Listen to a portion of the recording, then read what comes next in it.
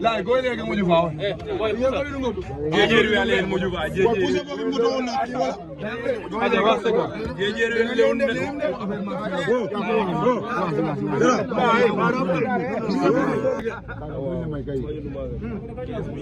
ata boy la na gawa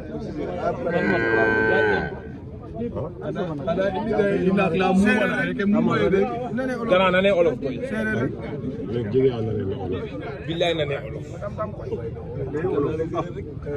acha lay ndangan borom coalisé ak do ay ñu lay bëgg di lay no gisee lamb lamb bi sant yàlla de neex na trop sax gis nañ lamb ji lay ngeen nekkoon 53 litres du dem ba yow nga doon vainqueur ñaata combat nga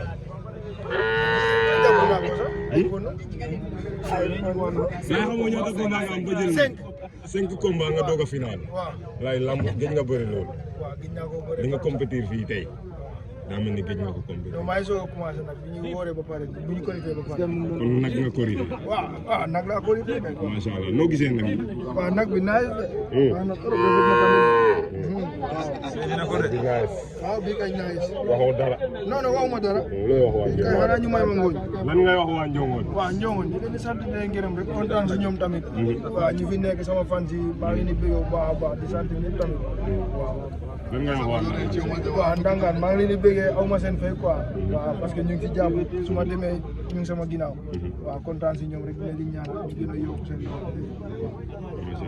lan ngay wax sa àndandoo waaw ñi moom aw ma seen fay ñi moom aw ma seen fay quoi di leen di ñaan rek laay rek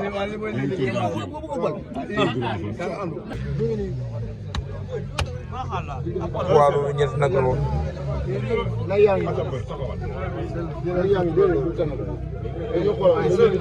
sëlu bu ndaw.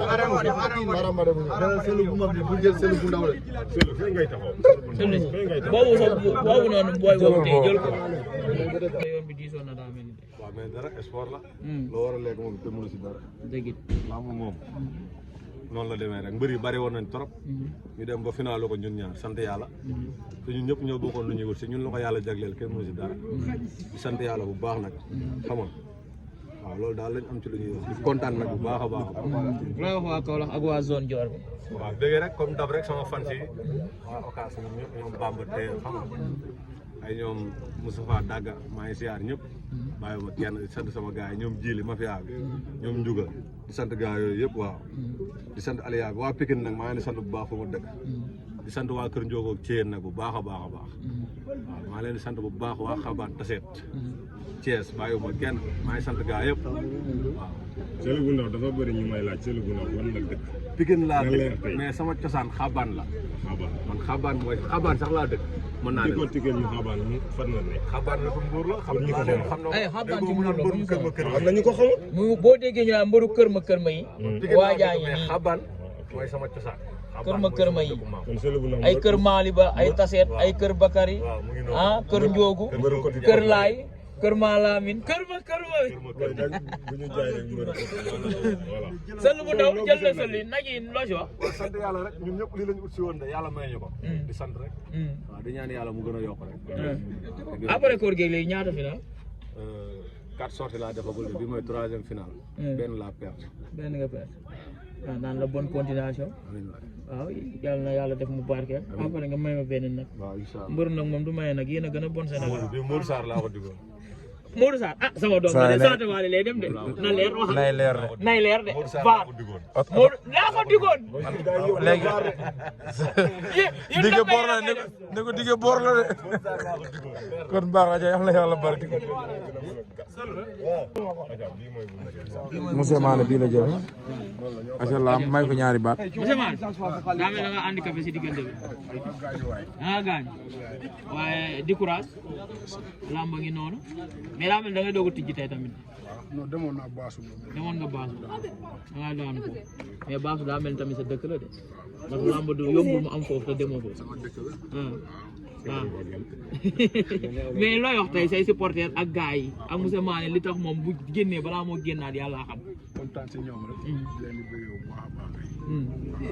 dëgg génn yu sori génn yu soriante yi loo si tontu pour lan la. préparation rek. préparation mois bi balaa nga génnaat beneen mois pour lan. da ngay bëri. Moussa Mané man gisoon naa la daaw baasul forme ba nga yoroon ak forme bi nga yoroon ren wuute na forme bi macha allah ku la gis xam na ni tey jii daaw ak ren wuute na liggéey nga. mais tey jii nii lan moo waral boo génnee balaa ngaa génnaat yàlla xam ak tamit bëre bi nekk ci yow gars yi di la bàyyi xel chaque jour te kenn du la gis luy problème bi wax ko gars yi bu dee ñu mën a faj la ñu faj ko. saa waay ngay dee bu dee ay ree la tamit ñu xam ne ay ree la rek day amul bàyyi beneen rek waxal rek yow tontu rek. lan mooy problème bi Moussa Mané ba ngay gëj a def ay sorties. amoo problème da neex rek da ngay la lay neex rek nga toog. damay waaj rek. da ngay waaj ba mu leer nga génn. man moom duma jógee noonu quoi. ci mbir kon mbir kaame kon lépp naa ñaamaa la. bonne continuation jaajëf.